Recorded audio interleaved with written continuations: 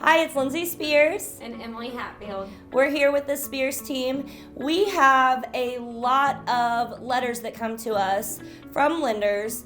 Some of them say pre-approval, some of them say pre-qualification, and we have a lot of buyers questioning what the difference is. So we have brought Robert Mahaffey in, one of our trusted lenders, in to give us some clarification on what exactly that means. Hi, I'm Robert Mahaffey with 3rd Street Financial Corp. What's the difference between a pre-qualification and a pre-approval? You know, that's a great question. A lot of people don't know the difference between a pre-qualification and a pre-approval.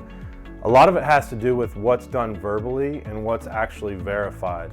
So I could typically pre-qualify someone over the phone when they tell me their credit score and they tell me their income, or they, go over things verbally. When they actually supply documentation and it's verified, we can turn that into a pre-approval. So how long would you say the pre-approval process takes? Pre-approvals could take as quick as 30 minutes, or they could take several days. A lot of it has to do with whether or not the buyer has all of their documents ready, and if they can supply them quickly, through electronic means or in person. Then it just takes us a little bit of time to verify the information. How long is the pre-approval good for, and what's the process like if they need to update it? So this is changing because of our recent pandemic, but typically a pre-approval is good for as long as the credit report is good. However, since the pandemic, we're required to verify income every 30 days because of the fluidity of employment situations. People get laid off, they come back, like dentist office closed for a little while.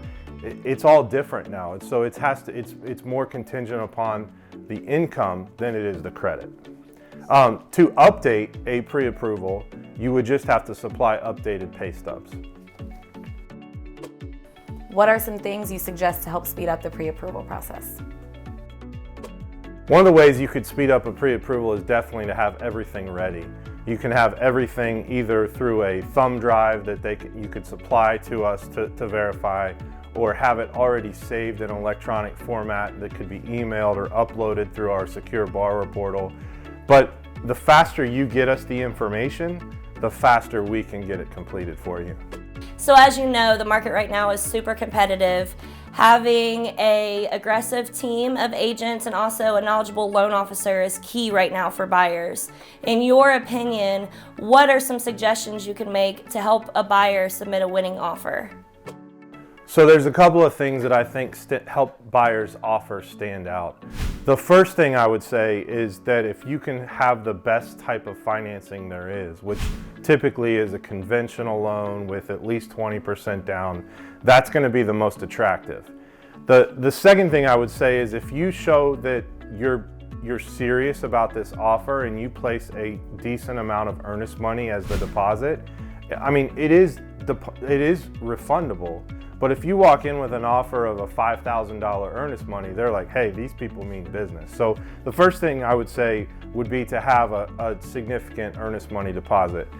The second thing that I think really speeds it up is to put the exact down payment amount that you're gonna have. If you have 7% down versus 5% down, I would put 7% down on the contract rather than 5%. I think that another way that you can make your offer stand out is to waive certain contingencies. So you could still do a home inspection, but you could waive the inspection contingency, and basically you're putting your earnest money at risk, but it kind of tells the seller that you're not going to beat them up over roof shingles or leaky faucets or whatever. You're going to take care of that yourself. Another idea would be to waive your financing contingencies. Now that seems like it might be a risky thing, but if you're able to give us more time to get your pre-approval completed, we can actually go through and waive some of those financing contingencies, like getting an underwriter to look at your income and verify everything, verify the deposits that have been made for down payment, check all of the credit, and clear any of those items, so that the only thing you've basically got outstanding is an appraisal, a title report, and getting insurance. All right, and to add one more thing to the exact terms of the contract, I think if you could give the seller a quicker close, like say 26 days or 30 days. You know, industry standard is 45 right now. You don't have to ask for 45 days. If you're able to go in there and close quicker, your offer is going to be more attractive to the seller. You mentioned that they would need documentation. Can you tell us what type of documentation is typically requested? So typically the items that we would need for pre-approval are, we need the most recent 2 pay stubs for any borrower on the loan. We need a Social Security awards letter if it's a fixed income, or a disability awards letter if it's fixed income. We need the most recent 2 W-2s, 2 years, most recent 2 years W-2s and tax returns if those are applicable.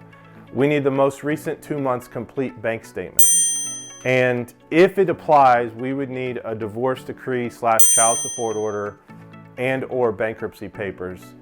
That would allow us to be very thorough in our pre-approval process.